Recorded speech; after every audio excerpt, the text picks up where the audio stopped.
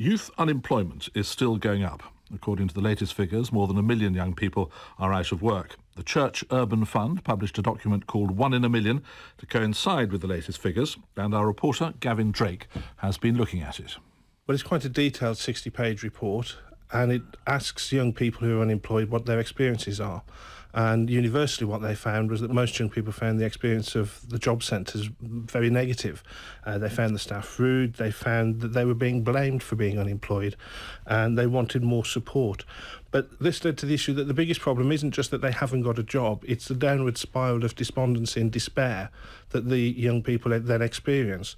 Paul Hackwood is the chairman of the Church Urban Fund who compiled the report, and this is what he had to say. One of the things that they said to us was that they experienced the whole system that works around unemployed young people as very impersonal and not helpful in helping them into work, and that what they wanted really was someone who was useful, personal and committed to them in terms of the sort of support that they wanted. So really they were asking for supportive relationships that would help them navigate the difficulty of the system. Now, one of the things the report says is that churches can have a big part to play in helping to address this problem because they are good at building relationships with young people, but only 3% of churches currently do get involved in work with unemployed people. But what could churches do that the government doesn't already do?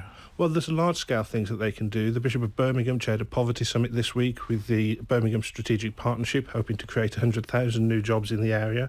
The Bishop of Chelmsford has an unemployment advisor. But churches really, what this report is saying, can get involved in the local level on the ground. The government have a range of initiatives to help unemployed people, and churches can help to deliver those. I went this week to the Ascend project in South Oxford near Watford and met one of the young unemployed people there called Matthew. Matthew's 20 years old next month. He hasn't worked at all since leaving school, but recently he had an interview. When I went along, it was a short interview with their workshop manager. She said that they got other people to interview, but she said they'd be happy to take me on for a 1-month trial period.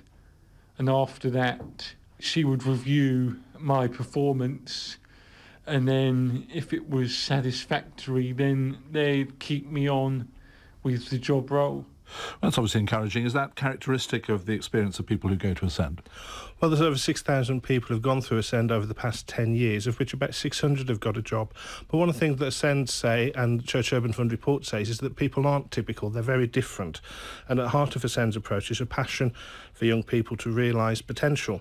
And this means getting alongside them, getting to know them, and building support that's tailored specifically towards them. But at the heart of it is this desire for young people to do their best and to achieve their best. Christine Wyatt is the director of Ascend. Let's get rid of this stigma of young people who are nothing but a lazy bunch of whatever, who don't want to go to work, because believe you me, lots of them do want to go to work. They want to be loved. They want to be loved, and that's the most important thing. A lot of young people not only come from broken homes, but have had quite bad experiences of growing up, and all they want is to be listened to and to be loved. And I think that's what we've got to start doing as a society, because if we don't, I think we're going to be in trouble. Christine Wyatt, the director of the Ascend scheme in South Oxley, talking to Gavin Drake.